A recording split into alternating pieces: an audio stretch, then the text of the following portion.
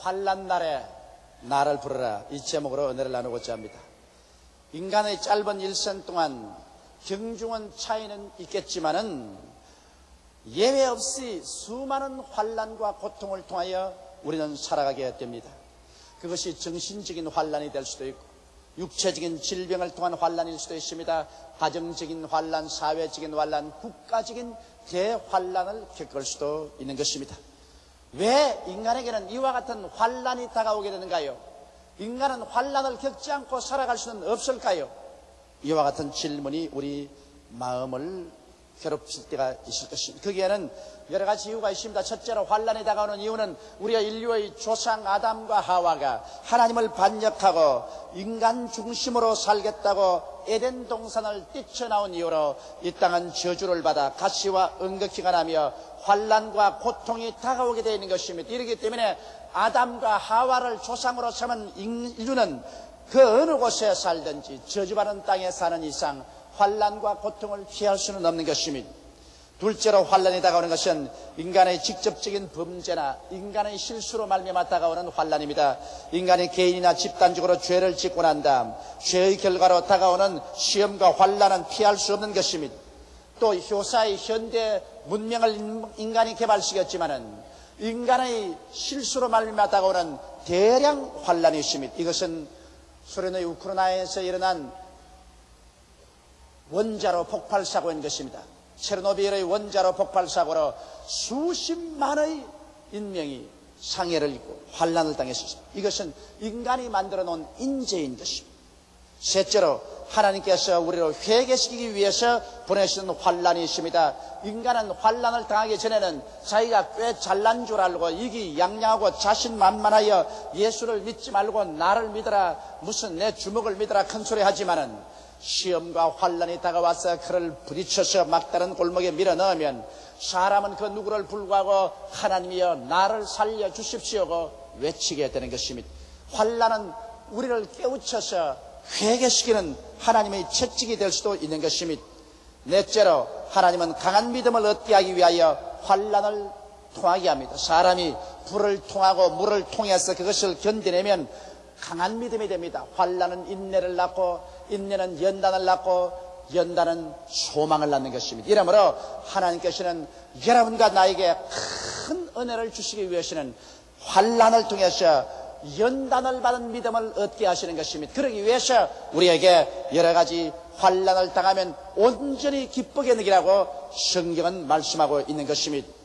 그러므로 여러분, 이런 여러 가지 환난이 우리에게 피치 못하게 다가오는데 이 환난 당할 때 우리는 어떠한 삶의 태도를 취해야 되겠습니까? 무엇을 어떻게 해야 환난이 오히려 변해서 우리에게 크나큰 유익으로 될 수 있겠습니까? 첫째, 환난에서 어떻게 해야 될까를 말씀해 드리겠습니다. 여러분, 우리가 환난 당할 때는 회개의 부르짖음이 있어야 되는 것입니다. 인간은 환난 당하기 전에는 깨어지지 않지만은 환난과 시험을 당하면 깨어지기 시작하는 것입니다. 그러므로 환난이 우리 가슴에 부딪혀 우리에게 무서운 고통이 다가오게 될 때 그때 우리는 무릎을 꿇어 하나님 앞에 회개하고 하나님 앞에 죄악을 다 토해놓아야 되는 것입니다. 저는 저 개인의 신앙생활에도 그렇습니다. 내가 하나님 앞에 모든 것이 태평스럽고 좋을 때는 좀처럼 내가 얼마나 하나님 앞에 잘못하고 사는지를 깨닫지 못합니다. 그러나 갑자기 내게 시험이 다가오고 환난이 다가오면 가장 먼저 내 마음속에 기억나는 것은 내가 하나님께 무슨 죄를 범했는가, 내가 무엇을 잘못했는가, 이것을 찾아보기 시작하고 곧장 하나님 앞에 회개하게 되는 것입니다. 그러므로 여러분, 환난은 여러분과 나에게 죄를 회개시키는 기회가 되기 때문에 우리는 환난 당할 때 하나님께 부르짖어 회개해야 되겠습니다. 우리 교회에 나오는 자매님 한 분의 간증을 말씀해 드리겠습니다. 박애리 자매님인데 이 자매님은 1979년 8월 첫 주일에 우리 교회 은리를 따라 처음 출석을 했었습니다. 하나님 말씀을 듣고 그 다음 성찬 예배가 계속되는데 성찬이 자기 앞에 오니까 언니가 성찬을 받고 자기에게도 성찬을 떼라고 하는데 성찬의 떡이 더러워 보이고 성찬의 포도주가 더러워 보이더랍니다. 그리스도의 깨어진 몸과 흘리신 피가 더러워 보인다면 그 마음속에 더러운 귀신이 묶고 있다는 것을 증명하고도 남아 있는 것입니다. 그래서 성찬받지 않고서 그날 집으로 돌아가셨습니다. 그런데 그의 동생이 시골에 휴가 갔다가 바구니에 독사 3마리를 선물로 가지고 왔어요. 세상에 휴가 갔다가 독사를 선물로 가져오는 법이 있는지 모르겠어요. 그래서 그 바구니 뚜껑을 열어가지고서 독사를 구경하다가 그만 독사 한 마리가 콱 손가락을 물고 내어 달렸었습니다. 그래서 독사를 틀어놓고 난 다음 온몸에 독이 펼치기 전에 빨리 주변 병원에 가니까 안 된다고. 큰 병원에 가라고. 그래서 너무 급해서 경찰차를 불러가지고 타고 세브란스 병원에 가니까 벌써 독이 온몸에 올라가지고서 몸이 다 굳어지고 혀가 굳어지고 눈이 안 보이고 청력만 조금 남았는데 병원에서는 이미 독이 전신에 퍼졌기 때문에 살 가망이 없다고 진단을 내렸습니다. 그러자 그런 입을 열어 기도도 못하는데 마음속으로 주님이시여 한 번만 봐주십시오. 이 한 번만 나를 불쌍히 여기사 내가 주님을 거역하고 주님 뜻대로 살지 못한 죄를 회개하니 용서해 주시면 다음부터는 내가 마음을 다하여 전적으로 주님을 믿고 살겠으니 주님 한 번만 도와주십시오. 내가 성찬을 더럽게 느낀 죄도 회개합니다. 용서해 주십시오. 입술로는 열어서 말을 못하니까 마음속으로 간절히 회개했습니다. 그러자 하나님의 능력이 그에게 임하셨습니다. 무슨 독을 마실지라도 해를 받지 않는다는 말대로 그는 뱀을 집었지만은 나음을 받아서 세브란스 병원에서 건강하게 걸어 나오게 된 것입니다. 걸어 나오자마자 그는 교회에 대해서 까맣게 잊어버리고 마는 것입니다. 기도도 아니하고 예배당에 오지도 아니하고 말씀도 읽지 아니하고 한 번만 살려주면 하나님 믿겠다는 것도 다 잊어버리고 마는 것입니다. 그래서 자기 마음대로 살다가 뱀에 물린 지 한 달 만에 자동차 사고가 나서 버스가 배 위로 지나가 버리고 말았습니다. 한번 생각해 보십시오. 승용차가 배 위로 지나가도 큰 사고인데 버스가 배 위로 지나갔으니 배 창자가 다 터졌습니다. 그래서 버스 회사에서 신속히 병원에 들어가서 혼수에 처한 이 딸을 수술을 했습니다. 1차 수술을 하고 그러고 난 다음에 조금 힘을 얻자 이제 정신이 들자 2차 수술을 하는데 2차 수술을 하러 수술에 들어갈 때 비로소 정신이 좀 드니까 그가 뭐라고 하냐면 하나님 한 번만 더 봐주십시오. 한 번만 더 봐주시면 요번에는 회개하고 절대로 주님을 믿고 따라가겠나이다. 한 번만 더 봐주십시오. 그런데 수술실에 들어가 있는데 앞에 누가 흰 옷을 입고 와서 있거든. 그러면서 너 진짜로 한 번만 더 봐주면 나를 따르겠느냐. 자기 아버지인 줄 알고 꼭 따르겠습니다. 그런데 눈이 열린 데 보니까 예수님이 적셔 있거든요. 이 지팡이를 잡아라. 근데 지팡이를 덜썩 잡으니까 그게 십자가더랍니다. 십자가 지팡이를 잡자 마음속에 큰 평안이 오고 마음이 안심이 들어왔어. 그래서 수술을 받았었습니다. 의사들 하는 말이 너무 창자가 많이 터졌어. 의사로 살 수 있는 최선을 다해서 창자를 다 꼬매놓았는데 결과는 하나님께 달렸다고 그랬었어요. 그런데 기이하게 하나님의 기적적인 역사가 일어나서 그런 쉽게 다 치료를 받고 나올 때 의사가 하는 말이 당신은 병은 고치 말았지만 이제는 결혼은 못한다. 이제는 정상적인 여인이 아니다. 어린애기도 가질 수가 없다. 그것을 알고 나가라. 그 말을 듣고 나오니까 천천병력입니다. 시집도 못 가고 살 바에는 살 필요가 뭐겠는가. 그래서 집에 와가지고서 살려준 하나님께 고맙다 안 하고서 다락에 올라가서 쥐약을 가지고서 자살하겠다고 한강으로 나왔었습니다. 사람이 자기 급할 때는 한 번만 봐달라, 두 번만 봐달라 하고 자기 마음이 안 맞으면 그 다 잊어버린 것입니다. 그 쥐약을 단뜩 들고서 한강에 나왔는데 그 발걸음이 한강 뚝으로 온다고 온 것이 어떻게 잘못돼 가지고서 토요일인데 금요일인데 우리 철야기도에 와보고 말하셨습니다. 그래서 온 성도들이 철야기도에 통성기도를 하고 또 나와서 하나님의 간증을 듣는데 거기에 정신이 팔려가지고서 자살할 것도 잊어버리고 같이 울고 기도를 하고 같이 통곡을 하고 그리고 아침이 되어서 마음에 모든 불유쾌한 것과 음울한 생각이 다 떠나가 버리고 말았기 때문에 그 쥐약을 한강에 버리고 그리고 집으로 돌아가서 기도원에 들어가서 사흘 금식 기도를 했는데 많은 하혈을 했다는 것입니다. 그리고 몸이 건강해져 가지고서 직장에 들어갔는데 직장 동료 한 사람이 자기에게 끊임없이 결혼해달라고 따라다닙니다. 그래서 알 수 없으니까 동료를 만나서 나는 이렇게 자동차 사고를 당해서 수술을 하고 정상적인 여인이 아니다. 결혼을 해도 어린애기를 낳을 수가 없다니까. 그래도 좋다고. 어린애기 못 낳으면 고아원에서 애 갖다가 키우자고. 그래서 결혼을 했는데 아들 하나, 딸 하나를 낳았습니다. 기도원에 와서 금식할 때 하나님이 완전히 치료해 주었던 것입니다. 그래서 이제는 부부간에 행복하게 교회 잘 나오고 있습니다. 여러분, 이 사건을 보십시오. 얼마나 사람이 미련하기에 환난을 당할 때는 한 번만 도와달라고 했다가 환난에서 피해 나오면 또 까맣게 잊어버리고 또 환난을 당하면 두 번만 봐달라고 그랬다가 그게 또 환난에서 나오면 그 다음 고맙다 말다하고 쥐약 들고 또 죽으러 나오고, 이것이 인간인 것입니다. 이렇기 때문에 인간은 좋은 일만 당해가지고서는 결코 회개하지 않으므로 하나님께서는 환난을 통하여 인간을 철저히 회개시키고 깨뜨리는 역사를 하는 것입니다. 이렇기 때문에 우리는 환난 당할 때 회개할 뿐 아니라 하나님 앞에서 결사적인 기도를 해야 하는 것입니다. 환난 당할 때는 다른 잔소리할 이유가 없습니다. 무슨 부정적인 말, 원망 그런 것 다 소용없어요.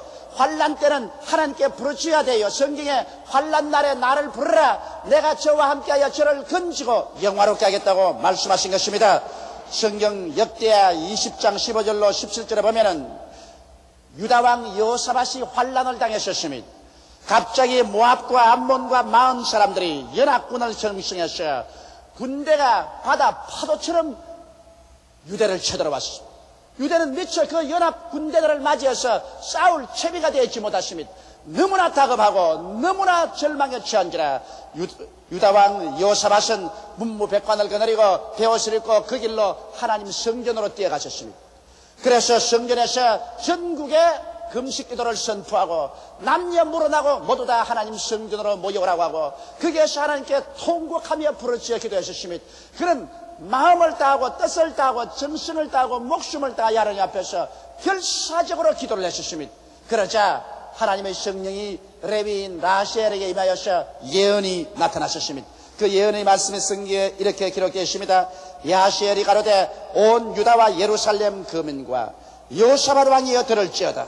여호와께서 너희에게 말씀하시기를 이 큰 무리로 인하여 두려워하거나 놀라지 말라. 이 전쟁이 너희에게 속한 것이 아니요 하나님께 속한 것이니라.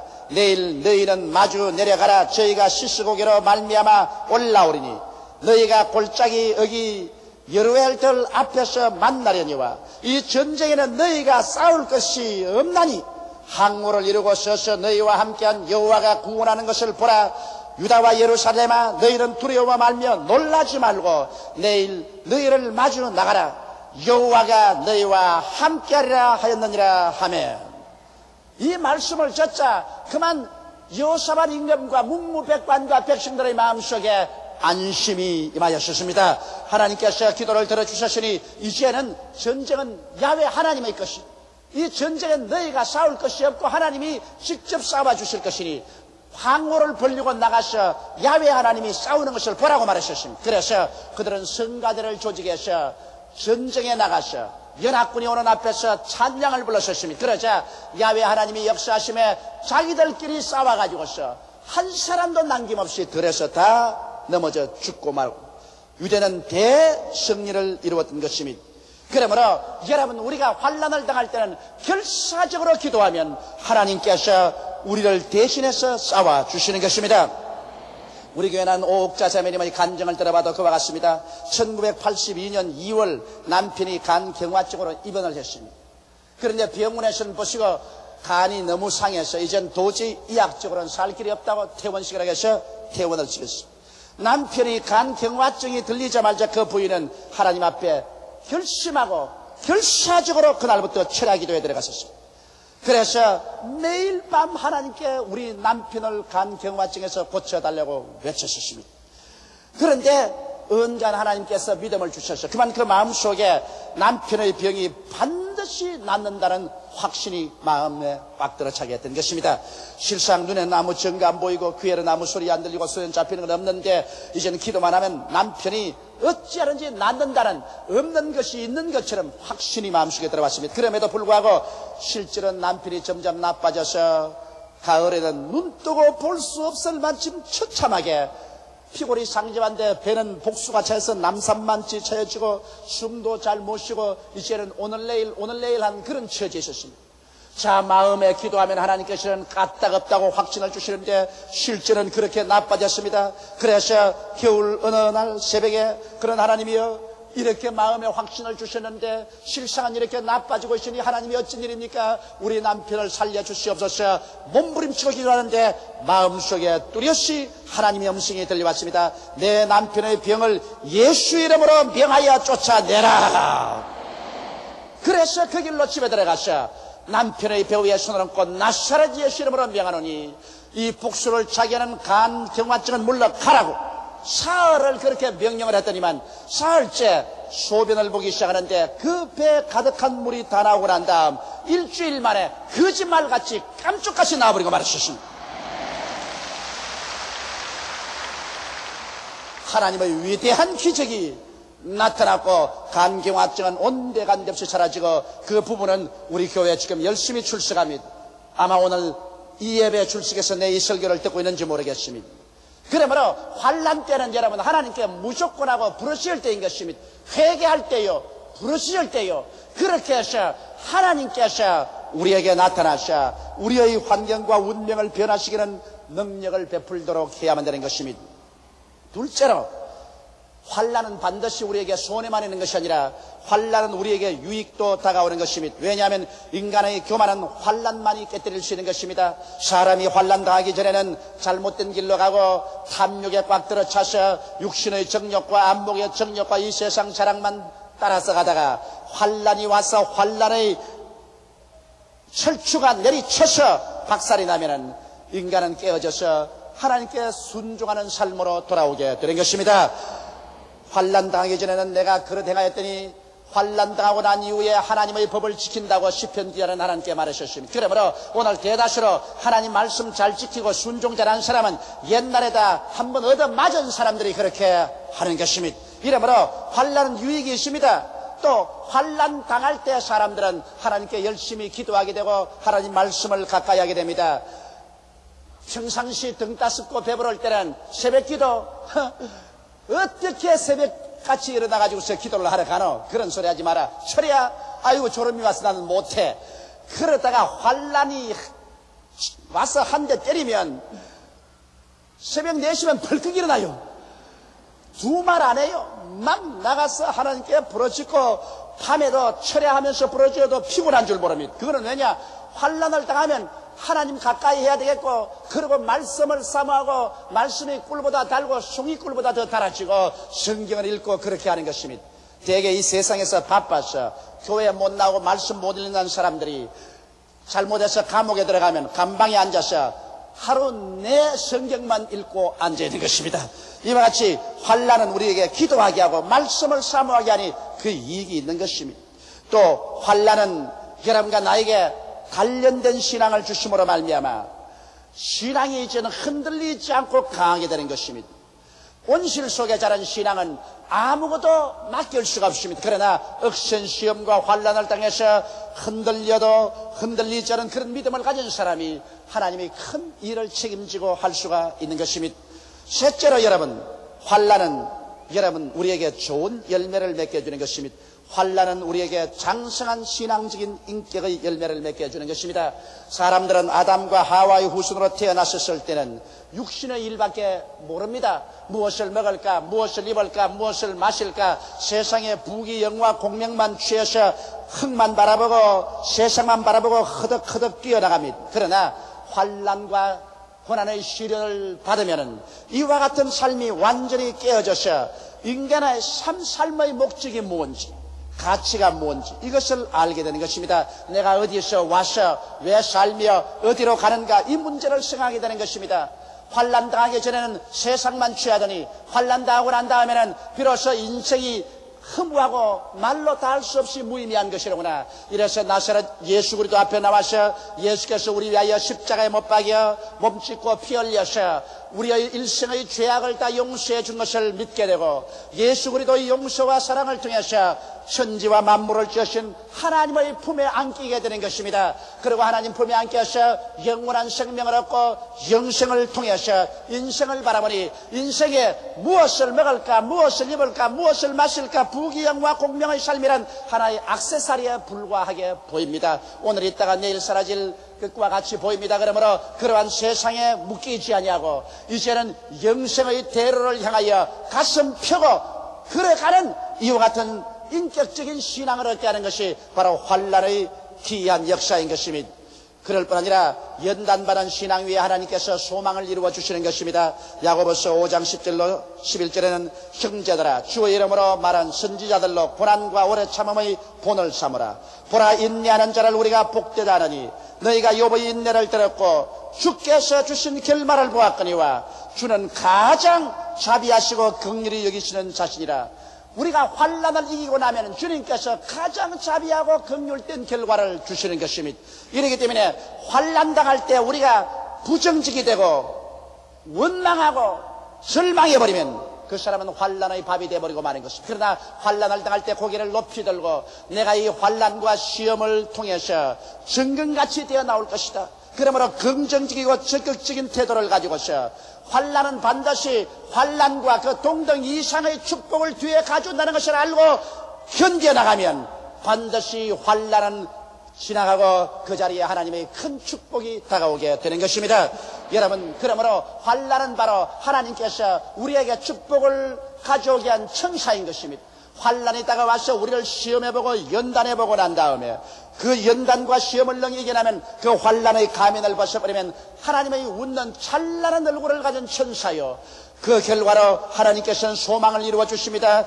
영혼이 잘됨같이 범사에 잘되며 강건하고 생명을 얻되 넘치게 얻는 한 단계 높고 깊은 신앙으로 발전시켜 주시는 것입니다. 이렇기 때문에 하나님께 큰 축복을 받기를 원하시는 사람은 축복이 오기 전에 반드시 시험과 환난이 다가온다는 것을 잊지 말아야 되는 것입니다. 환난을 통해서 연단을 받은 신앙 위에 하나님께서 소망을 이루어 주시지, 하나님께서는 온 세상에서 자란 신앙 그 위에 축복해 주는 것이 아니기 때문에 환난 받을 때 우리는 감사할 줄 알아야 되는 것입니다. 성경에는 범사에 감사라고 말했었습니다. 범사란 것은 좋을 때만 아니라 나쁠 때도 범사인 것입니다. 일이 잘 될 때뿐 아니라 일이 안 될 때도 범사인 것입니다. 그러므로 범사에 감사라는 것은 일이 잘 될 때도 감사하고 안 될 때도 감사하고 좋을 때도 감사하고 굳을 때도 감사라는 것은 그 시험과 환난이 예수를 믿는 사람에게는 모든 일이 합력하여 결과에는 선하게 된다는 것입니다. 이러므로 여러분 환난 당하고 계십니까? 고난 속에 있습니까? 참고 견디십시오. 그러면 나중에 그 환난이 지나고 나면은 반드시 환난은 그와 동등 그 이상의 축복을 가지고 오게 되는 것입니다. 이것을 알게 되면 우리는 큰 기대를 가지고 인생을 살아갈 수 있는 것입니다. 그 다음 환난은 하나님을 영화롭게 하는 사람으로 만들어줍니다. 여러분, 이 세상 섭리란 참 이상해요. 환난을 받은 사람이 하나님을 영화롭게 합니다. 가정에도 보면 대개 부모님들이 자식을 금지 오겹으로 길러서 부족한 것이 없이 귀하게 다루어 기른 자식이 나중에 커서 효도하는 사람이 별로 없습니다. 물론 효도하는 사람이 있겠지만 대다수로 오히려 불평하면서 부모가 이것도 뭘 해줬다 저것도 뭘 해줬다 그렇게 원망하는 것입니다. 그러나 제가 30년 동안 목회하면서 경험한 것은 오히려 가정이 가난해서 부모가 잘 먹이도 못하고 입히지도 못하고 교육도 잘 못 시키고 어린 나이에 벌써 나가서 중노동을 하고 한 이런 사람들이 나중에 장성해서까지라도 끝없이 자기 부모님들을 걱정하고 고생한다고 울고 그를 위해서 무엇이 좋은 일을 하려고 애쓰는 것을 보게 될 때 고생해서 기른 자식이 오히려 효도로 나타나는 것을 보고 내가 감개무량한 생각이 생겼었습니다. 여러분, 우리 교회는 이 세상에서 굉장히 고생하면서 사는 사람이 많이 오는데 이러한 사람들이 와서 부모 위해서 걱정 많이 하는 것을 내가 보고 정말 환난을 당해서 고통을 겪은 자녀들이 부모를 더 공경하는 것을 알았었습니다. 여러분, 하늘나라도 꼭 같은 이치인 것입니다. 이 세상에 아무 시련 없이 자란 사람은 하나님께 영광을 안 돌리지만은 그센 시련과 환난을 통해서 물을 통하고 불을 통하고 고난을 통해서 신앙을 붙잡고 나온 사람은 진실로 하나님께 감사하고 하나님께 물질 드리고 몸 드리고 충성을 하며 하나님을 영화롭게 하는 사람들이 된 것을 저는 늘 보고 있는 것입니다. 그러므로 환난 날에 나를 부르라. 내가 저와 함께 저를 건지면 저가 나를 영화롭게 하리라고 성경은 말하고 있는 것입니다. 환난을 즐거워할 자는 아무도 없습니다. 왜냐하면 환난은 깊은 아픔과 상처를 가져오기 때문인 것입니다. 그러나 영적인 신앙의 성장과 발전은 육신적인 상처와 아픔 위에서 이루어지는 것입니다. 바로 환난 당할 때는 육신은 울고 영으로는 하나님께 찬미하며 감사하게 되는 것입니다. 육신이 아프고 육신의 상처를 입은 사람만이 영적으로 하나님께 기도하게 되고 헌신하게 되고 하나님의 깊은 신앙 가운데 들어갈 수 있게 되는 것입니다. 다 같이 고개시켜 기도드리겠습니다. 만군의 야훼 우리 아버지 하나님이시여, 이 땅에 살면서 불티가 하늘로 올라감 같이 인생은 고난을 위해서 태어났다고 욥은 말했었습니다. 시험과 환난을 안 당하는 자가 없지만은 시험과 환난 당할 때 잘못된 태도를 가진 사람은 신앙도 잃고 자기 인생도 파멸하고 맙니다만, 시험과 환난 당할 때 하나님께 회개하고 주님께 결사적으로 부르짖으며 환난에 대해서 긍정적인 자세와 태도를 취하면 환난과 고난 우리의 밥이 되어 우리로 하여금 더욱더 신앙이 깊어지고 영혼이 잘되고 범사가 경통하고 강건한 사람으로 한 단계 성장한 신앙인으로 만들어주는 것을 알고 감사하옵나이다. 그러므로 아버지 하나님이시여, 좋을 때는 좋아서 감사하고 나쁠 때는 나쁜 것도 좋게 만들어줄 것을 알고 우리가 믿고 감사한 우리들 되게 도와주시옵소서. 예수님 이름 받들어 기도하옵나이다. 아멘.